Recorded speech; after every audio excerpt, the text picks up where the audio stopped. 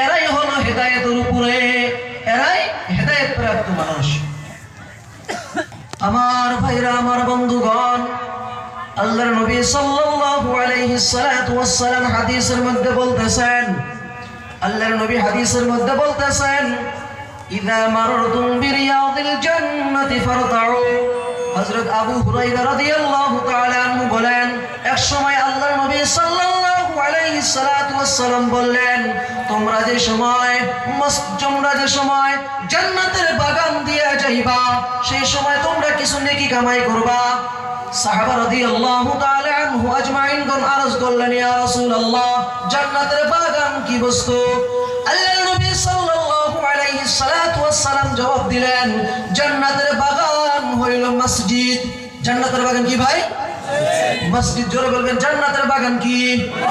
মসজিদ। আল্লাহর নবীর সাহাবারা আরো জিজ্ঞাসা করলেন, ওগো আল্লাহর নবী, আপনি যে বললেন তোমরা যে সময় জান্নাতের বাগান দিয়া যাইবা, কিছু নেকি কামাই করবা, এই নেকি কামাই করার উদ্দেশ্য কি? আল্লাহর নবী সাল্লাল্লাহু আলাইহি সাল্লাতু ওয়াস সালাম হাদিসের মধ্যে বললেন, এর উদ্দেশ্য হইল যখন তোমরা মসজিদে যাইবা, মসজিদে আসবা, সে সময় তোমরা মসজিদে বসে বসে সুবহানাল্লাহি ওয়ালহামদুলিল্লাহি ওয়া লা ইলাহা ইল্লাল্লাহু আল্লাহু আকবার পড়বা। এইটা হলো মসজিদে আইসা তোমরা কিছু নেকি কামাই করো, মানে এই সমস্ত আমল তোমরা করবা। এটা আল্লাহর নবী সাহাবাদেরকে বললেন।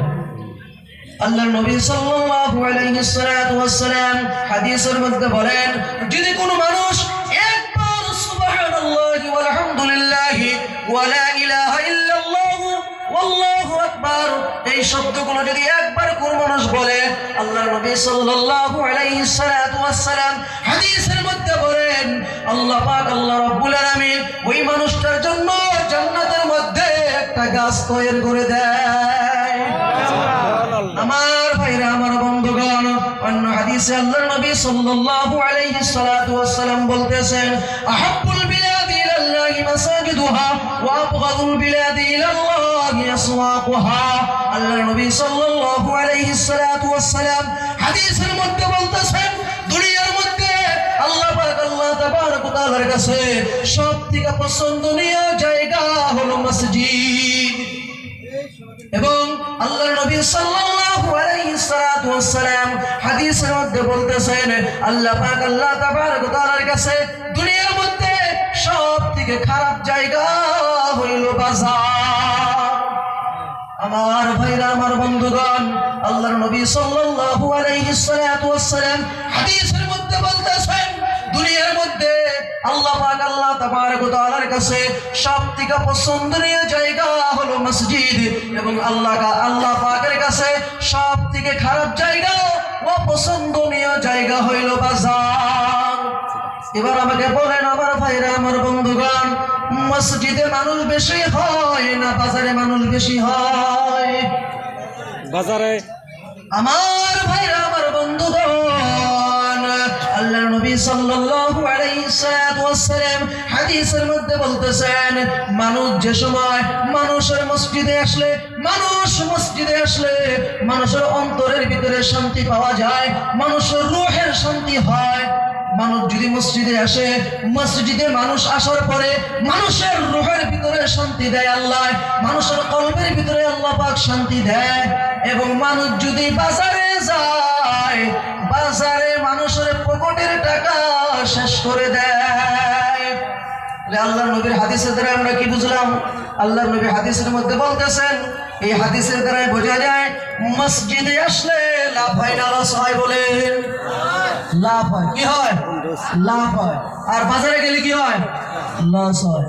আপনি মসজিদে আসবেন, আপনি যদি মসজিদে এসে চুপ করে বসে থাকেন, তো আল্লাহ পাক, আল্লাহ তাবারক ওয়া তাআলা আপনার আমলনামায় তবুও নেকি লিখতেই থাকে, নেকি লিখেই থাকে আল্লাহ পাক, আল্লাহ তাবারক ওয়া তাআলা।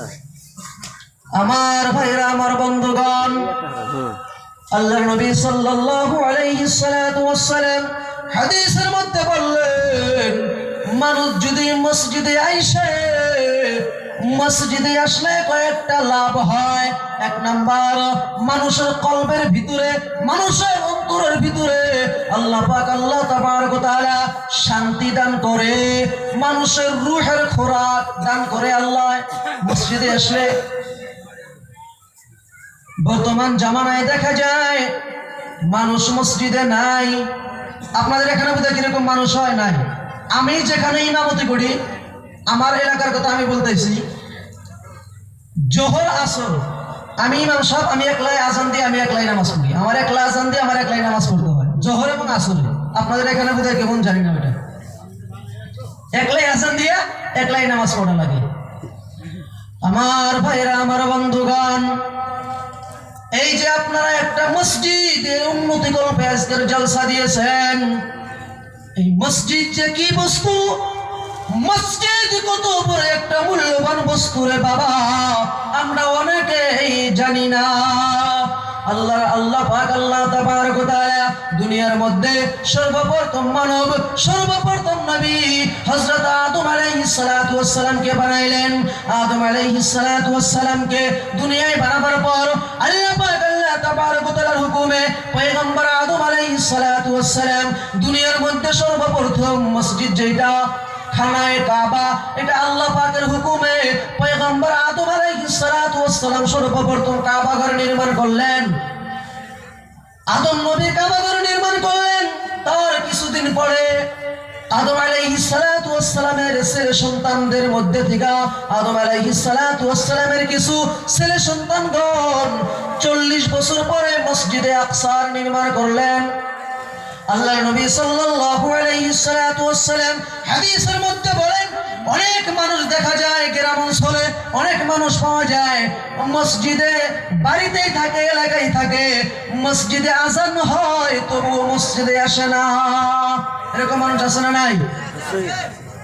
আজান হয় কিন্তু মসজিদে আসে না, বাড়িতে নামাজ পড়ে না নাই? বহুত মানুষ আছে, কিন্তু আছে। আমার ভাইরা, আমার বন্ধুগণ, আমার আপনার নবী আমিনাতুল মুরহিলাল বিশ্বনবী জনাবে মুহাম্মদুর রাসূলুল্লাহ সাল্লাল্লাহু আলাইহি সাল্লাতু ওয়াস সালাম বললেন, মানুষ আযান হওয়ার পরে আযান শুনিয়া যদি মসজিদে না আসে, বাড়িতে যদি কোনো মানুষ নামাজ আদায় করে, আল্লাহ পাক আল্লাহ তাবারক ওয়া তাআলা ওই মানুষটা বেশি নেকি দেয় না, শুধুমাত্র একটা নেকি দেয়। সে যে ব্যক্তি নামাজ আজান শুনলো, আজান শোনার পরে মসজিদে না আইসা বাড়িতেই নামাজ আদায় করলো, মসজিদে আসলো না, সে শুধুমাত্র নামাজের হকটা আদায় করলো, মানে একটা নেকি পাইল, একটা নেকি পাইল। আল্লাহ নবী সাল্লাল্লাহু আলাইহি সাল্লাতু ওয়াস সালাম হাদিসের মধ্যে বলেন, যদি কোনো মানুষ মহল্লার মসজিদে আজান হলো, আজান শুনলো, আজান শোনার পরে মহল্লার মসজিদে এসে নামাজ আদায় করলো, আল্লাহ পাক আল্লাহ তাবারক ওয়া তাআলা তার আমলনামায় 25 গুণ নেকি বেশি দেয়, 25 গুণ বেশি।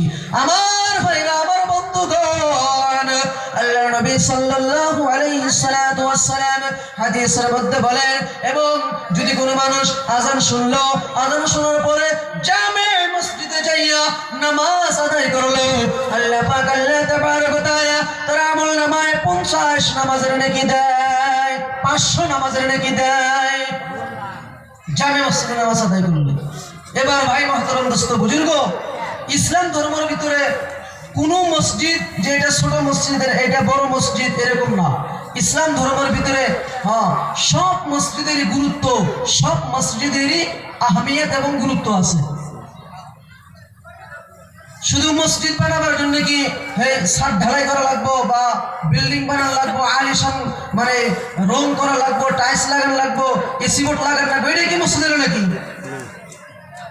আমার ভাইরা, আমার বন্ধুগণ, আল্লাহ নবী সাল্লাল্লাহু আলাইহি সাল্লাতু ওয়াস সালাম হাদিসের মধ্যে বলতেছেন, মসজিদ বানায় এরকম আল্লাহ নবী সাল্লাল্লাহু আলাইহি সাল্লাতু ওয়াস সালাম হাদিসের মধ্যে বলতেছেন যে দুনিয়ার মধ্যে বড় বড় মসজিদ বানান, টাইলস লাগানো, রং করা, মসজিদকে সাজান, মানুষ না হওয়া, এইটাই মসজিদের সৌন্দর্য না, বরঞ্চ মসজিদের সৌন্দর্য হলো আল্লাহ তাবারক ওয়া তাআলার কাছে সবথেকে পছন্দনীয় মসজিদ হলো ওই মসজিদ যেই মসজিদে 5 ওয়াক্ত নামাজ জামাতের সাথে আদায় করা হয়, যেই মসজিদে জিকির আজকার করা হয়, যেই মসজিদে কোরআন তেলাওয়াত করা হয়, ওই মসজিদটাই হলো আল্লাহ পাক আল্লাহ তাবারক ওয়া তাআলার কাছে সবথেকে পছন্দনীয় মসজিদ।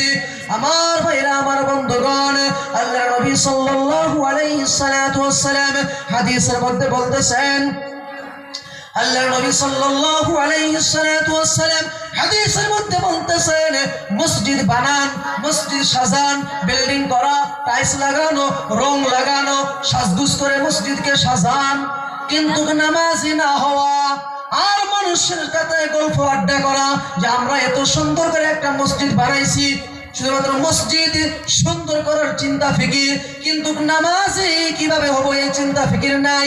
এইটাই হলো কিয়ামতের আলামত। এটা হলো কি ভাই মোহতরম দোস্ত বুজুর্গ? কিয়ামতের আলামত। কারণ মসজিদ শুধুমাত্র ছাদ ঢালাই করলাম, তিনতলা বানাইলাম, মসজিদ রং করলাম, টাইলস লাগাইলাম, এসি বোর্ড লাগাইলাম, ওটাই কি মসজিদের সৌন্দর্য হইল? না। মসজিদের সৌন্দর্য হলো চাই আপনি একটা বাঁশ দিয়া, বাঁশের বেড়া দিয়া, চাই আপনার সোনের বেড়া দিয়া, কাইসের বেড়া দিয়ে আপনি মসজিদ বানান, কিন্তু যেই মসজিদে 5 ওয়াক্ত নামাজ জামাতের সাথে আদায় হয়, যেই মসজিদে আল্লাহ তাবারক ওয়া তাআলার জিকির আজকার হয়, কোরআন তেলাওয়াত হয়, ওই মসজিদটাই হলো আল্লাহ পাক আল্লাহ তাবারক ওয়া তাআলার কাছে সবথেকে পছন্দনীয় মসজিদ, সবথেকে পছন্দনীয় মসজিদ। এই জন্য ভাই মাহতরম দোস্ত বুজুর্গ, মুসলমানদের জন্য একটা কর্তব্য হলো যেই জায়গায় মসজিদ নাই মসজিদ বানান, মসজিদ বানায় দেওয়া। কিন্তু মসজিদ বানায় দেওয়া যে নামাজ পড়া লাগবে না এরকম না, কারণ আমরা তো মুসলমান, আমাদের তো পরিচয় নামাজের মাধ্যমে, হয় না নাই? আমরা যে মুসলমান, এটা আমি আপনি যে মুসলমান, আমার আপনার মুসলমানের পরিচয় কিসের মাধ্যমে হবে ভাই মাহতরম দোস্ত বুজুর্গ? নামাজের মাধ্যমে। কিসের মাধ্যমে? নামাজের মাধ্যমে। আল্লাহ নবী সাল্লাল্লাহু আলাইহি ওয়াসাল্লাম হাদিসের মধ্যে বলতেছেন, মান তারাকা সালাতান মুতাআম্মিদান ফাকাদ কাফার, যেই ব্যক্তি ইচ্ছাকৃতভাবে এক ওয়াক্ত নামাজ কাজা, এক ওয়াক্ত নামাজ কামাই করে দিল, এক ওয়াক্ত নামাজ কামাই দিয়ে দিল, এক ওয়াক্ত নামাজ গাফলাতি করে পড়লো না, কামাই দিয়ে দিল, সে যেন কাফির হয়ে গেল।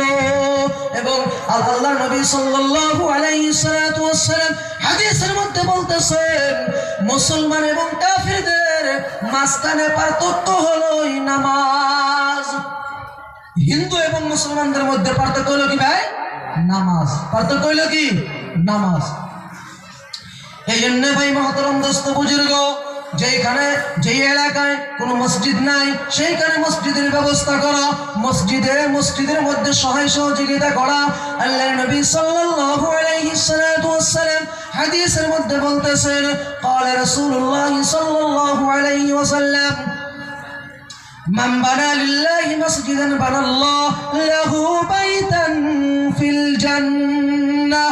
আমার ভাইরা, আমার বন্ধুগণ, আল্লাহর নবী সাল্লাল্লাহু আলাইহি ওয়াসাল্লাম হাদিসের মধ্যে বলতেছেন, দুনিয়ার মধ্যে যদি কোনো মানুষ আল্লাহর জন্য মসজিদ বানায়, আল্লাহ পাক আল্লাহ তাবারক ওয়া তাআলা জান্নাতের মধ্যে তার জন্য একটা ঘর বানায়া দেয়।